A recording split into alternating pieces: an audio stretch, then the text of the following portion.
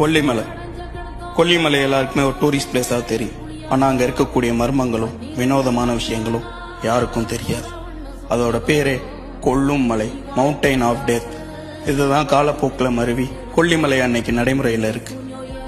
கொல்லிமலை வினோதமான மரங்கள், செடிகள் மற்றும் மூலிகைகளால் ஆனது.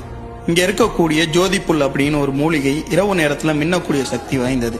இதை எடுக்கணும்னு சொல்லி போறவங்கள காட்டோட நடு ஆழம் வரைக்கும் இழுத்துட்டு போறதா சொல்றாங்க. இந்த காட்டுல இருக்கக்கூடிய ஒரு சில பகுதியில சிரிப்பு சத்தங்கள் கேட்கறதாகவும் சொல்றாங்க. ஆகாய கங்கை, இதை பேயருவின்னு தான் சொல்றாங்க. கிட்டத்தட்ட 1000 படிக்கட்டுகள் இருக்குமா. மாலை 6 மணிக்கு மேல இங்க ஒரு விதமான அலறல் சத்தமும் யாரோ கூப்பிடுற மாதிரியான சத்தமும் கேட்கறதா அங்க எக்ஸ்பீரியன்ஸ் பண்ணவங்க ஷேர் பண்ணியிருக்காங்க. இங்க பின்னாடி இருக்கக்கூடிய மர்மம் தான் என்ன? புராண கூற்றுப்படி சித்தர்கள் இங்க தவம் செஞ்சதாகவும் அதுக்கு எந்த விதமான தொந்தரவும் வரக்கூடாதுங்கிறதுக்காக ஒரு பெண் சிலையை உருவாக்குனதாகவும் அந்த சிலை ரொம்பவே அழகாவும் இருக்குமா.